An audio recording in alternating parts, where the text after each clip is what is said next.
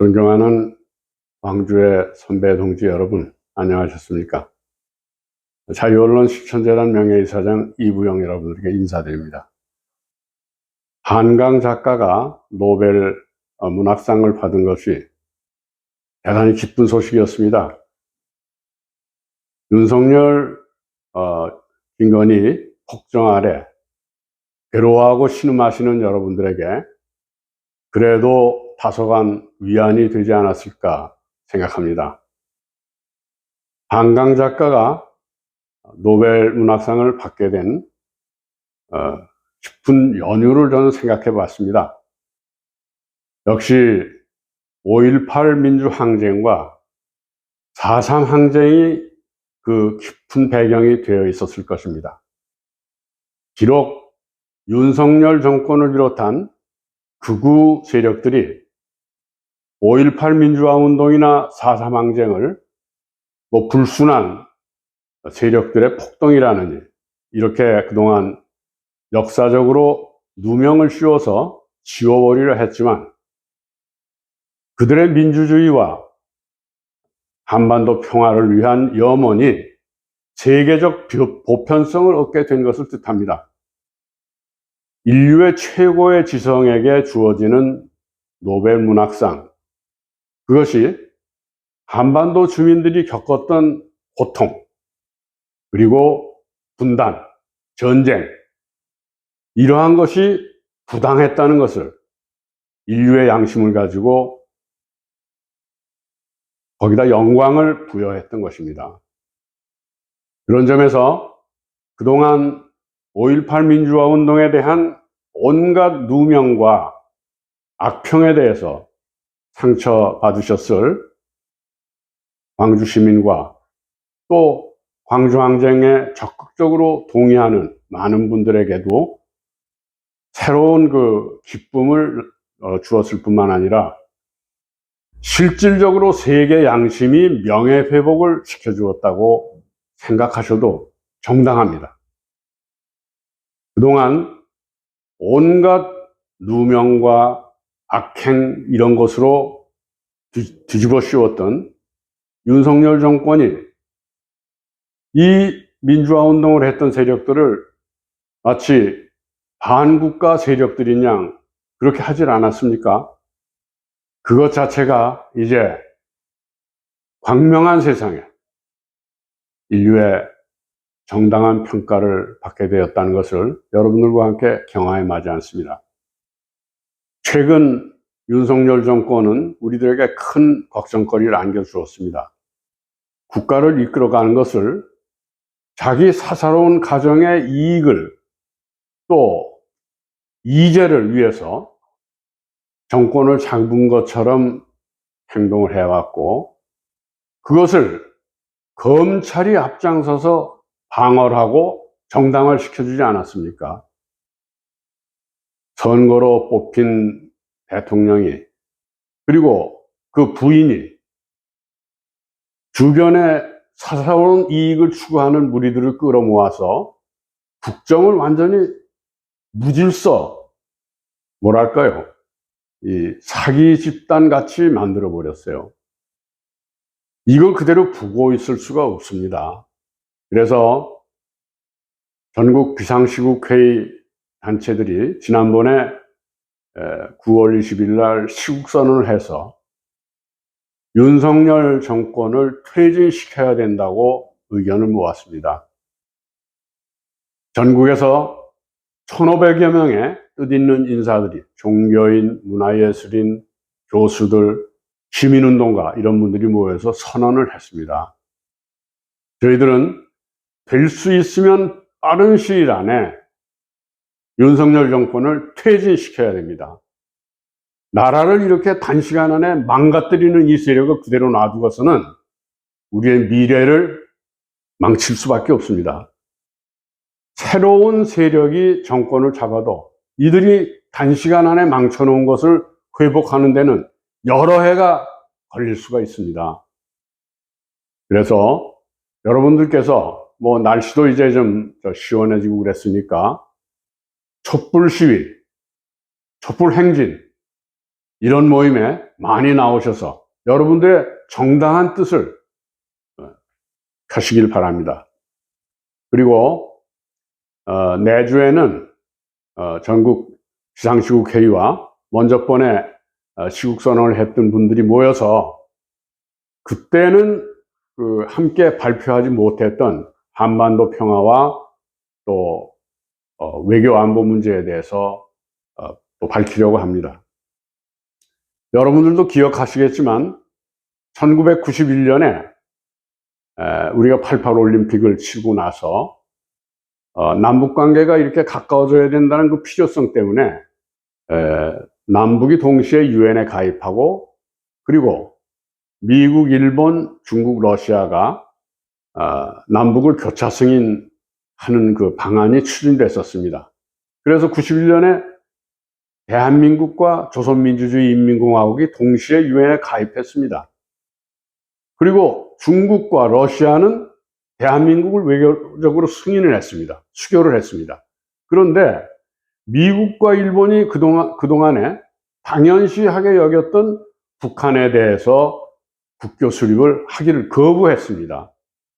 그렇게 되니까 북한은 미국과 일본이 자기들을 붕괴시키려고 생각하고 핵 개발을 하게 됐던 겁니다. 어찌 보면은 미국이 원래 이면적으로 합의가 됐던 북한에 대한 미국과 일본의 외교적 승인, 이걸 거부함으로써 북으로 하여금 핵무장하게 만든 겁니다.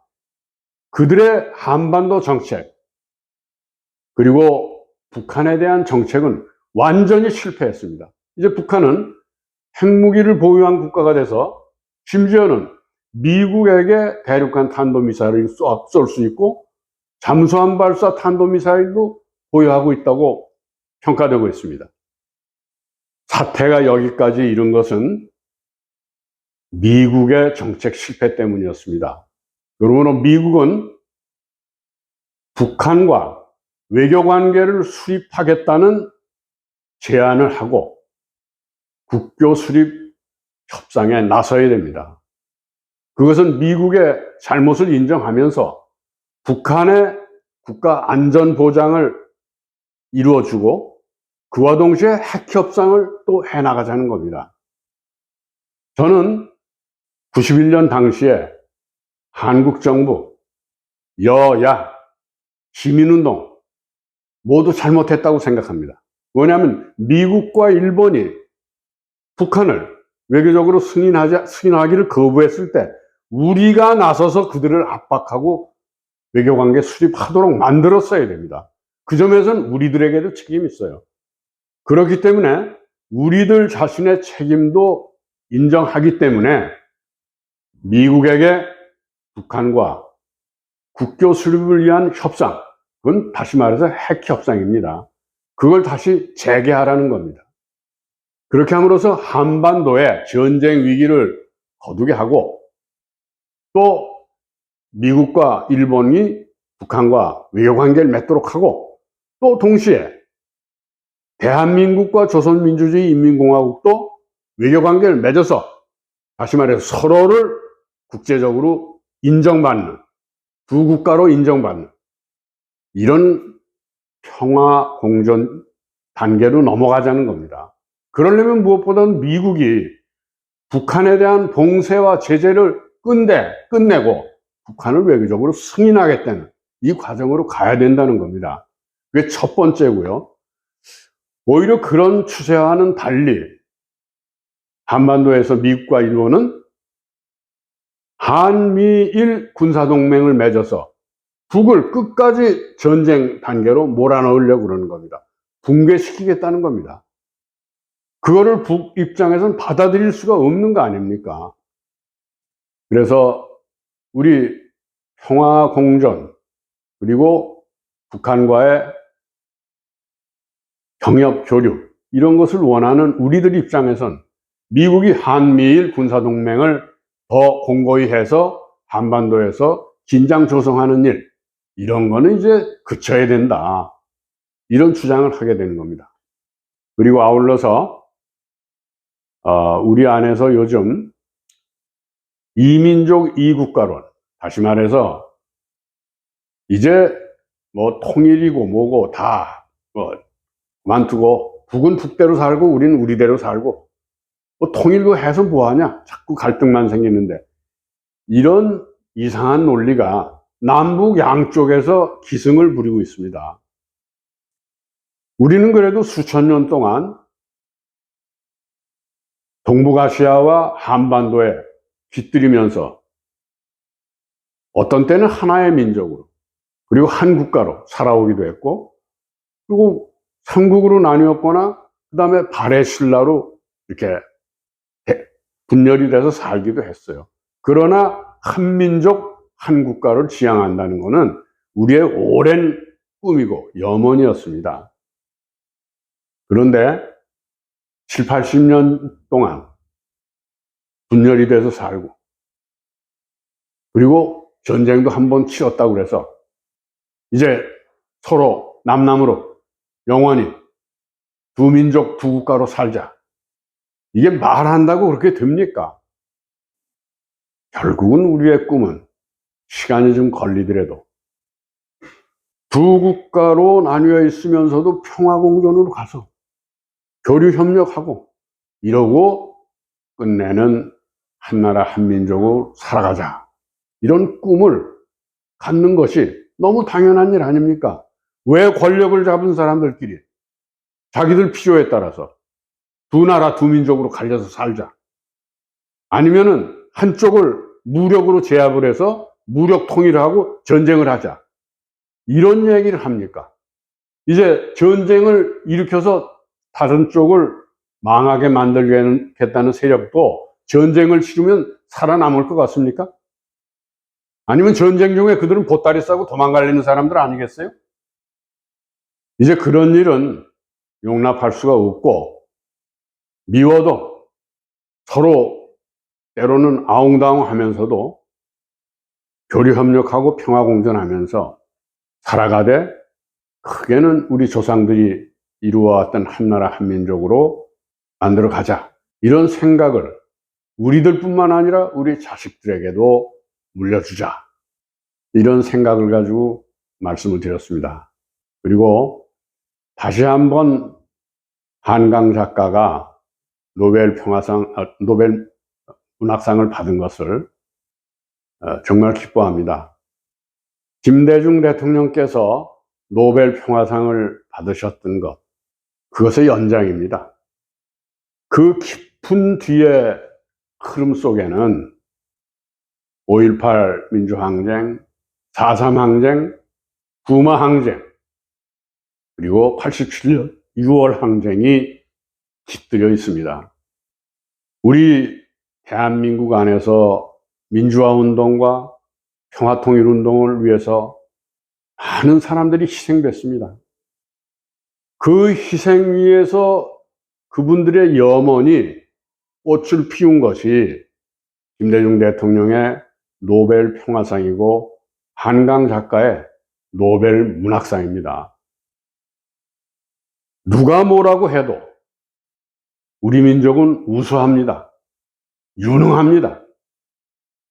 이제 좀 더 우리들 능력을 키우고 자주성을 키워서 평화공존을 통해서 조금 세월이 걸릴지 몰라도 통일민족 국가, 이것을 염원하고 가야겠습니다. 저는 이런 꿈을 가지고 있습니다.